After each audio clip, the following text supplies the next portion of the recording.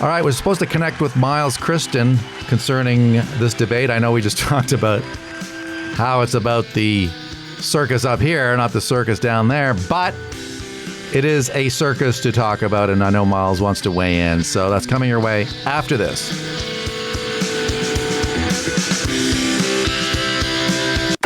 Stream us live at saga960am.ca.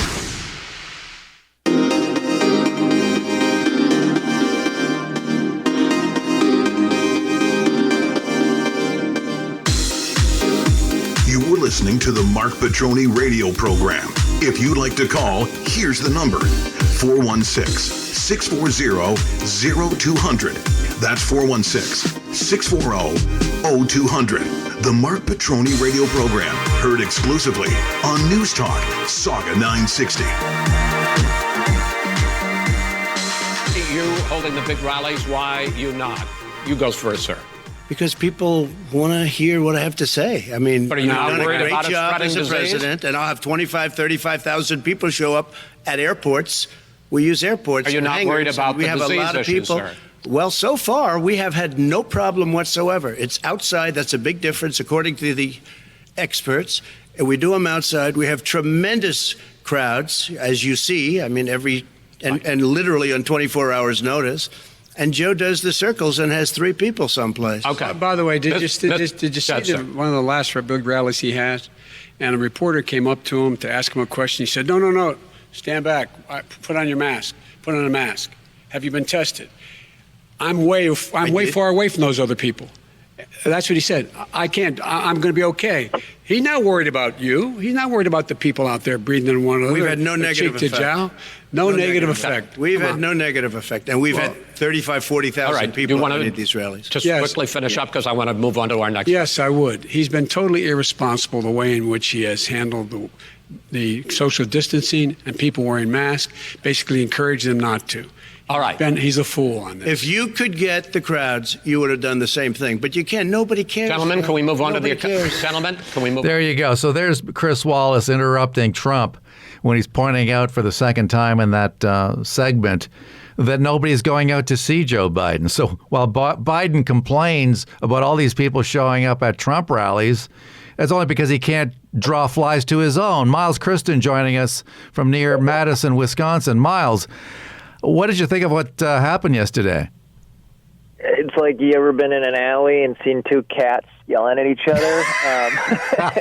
I mean, okay, it was not good, and I think that, granted, you could say a lot about the reporter Wallace and everything, but there was just so many times that Trump was arguing with him that was just like, what's the point of arguing with him? I mean, you got to try to be smooth and, get your jabs in if that's your, intention. I mean, you look back at the 2016 debate, and Trump actually did a great job of, putting jabs in at Hillary. Like, she would make the comment about the trumped-up trickle-down economics, and he was just like, oh, that's cute. Did you come up with that on your own?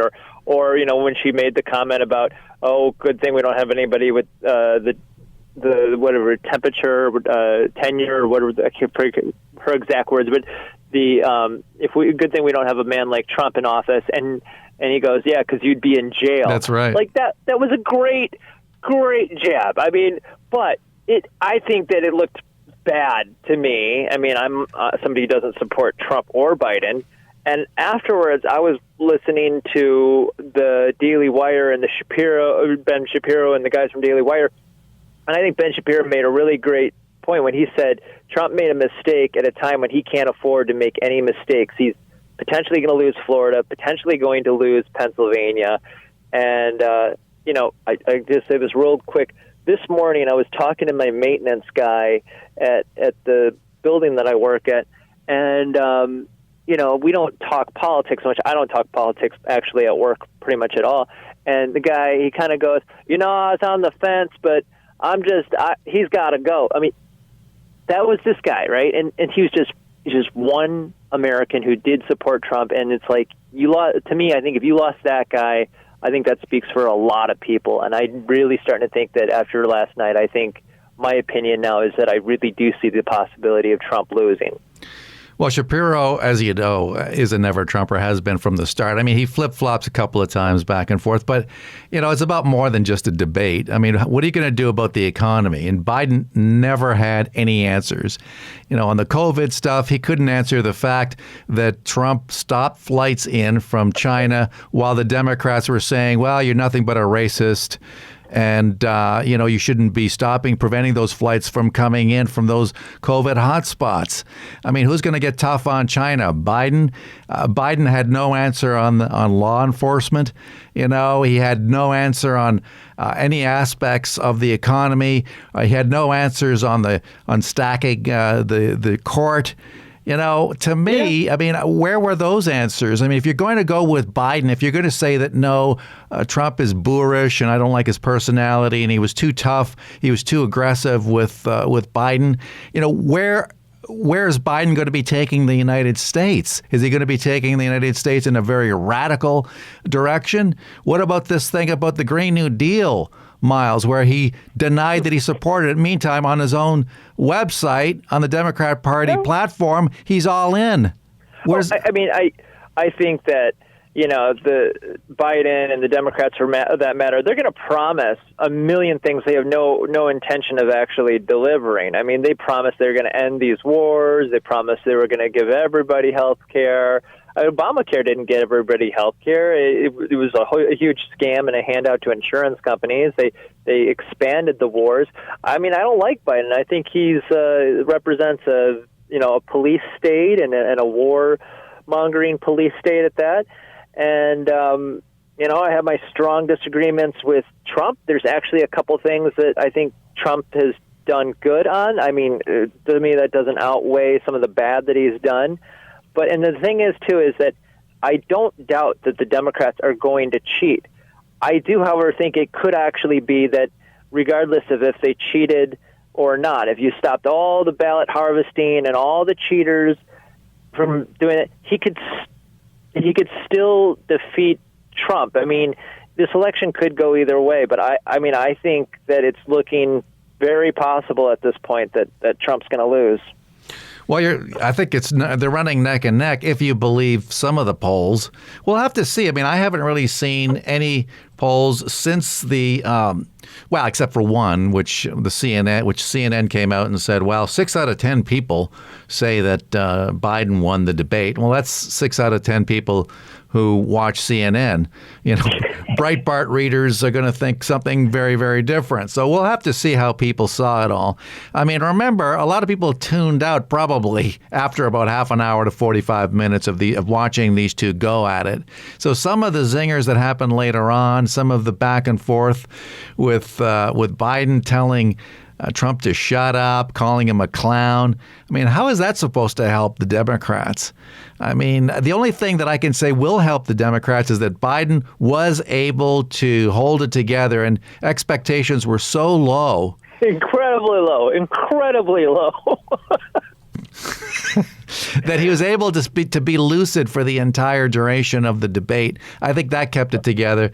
There was one video, a shot that he actually had a wire. Did he refuse to be checked for an earpiece or something like that? Did you hear anything like that? Like the Trump campaign wanted him frisked or something like that? It wouldn't actually surprise me. I mean, if you remember the 2004 Bush-Kerry debate, there were these photos that came out afterwards where you could see there was clearly something inside of George W. Bush's jacket on his back, and they basically are like, they're feeding him answers. So, yeah. Especially nowadays, you could do that much easier with a wireless Bluetooth device. I would not be surprised if it ever came out that Biden had an earpiece, and that's going to be his presidency if he gets elected. Spoon-fed answers. Miles Kristen joining us on Saga 960. Will there be another debate? Because some of the media is saying, no, Joe, don't do it.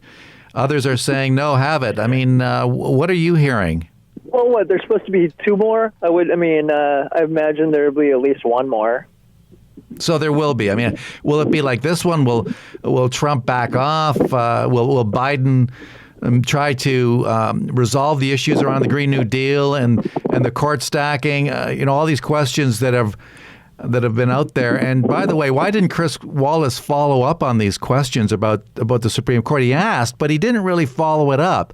And at one point, he said, well, I've got support from the police. Biden said that I've got support from police. And Trump came back with, well, which police force, which police organization has supported you? Trump had no answer, or Biden had no answer. He just kind of sat there, stood there rather, and then he needed Wallace to bail him out, which he did.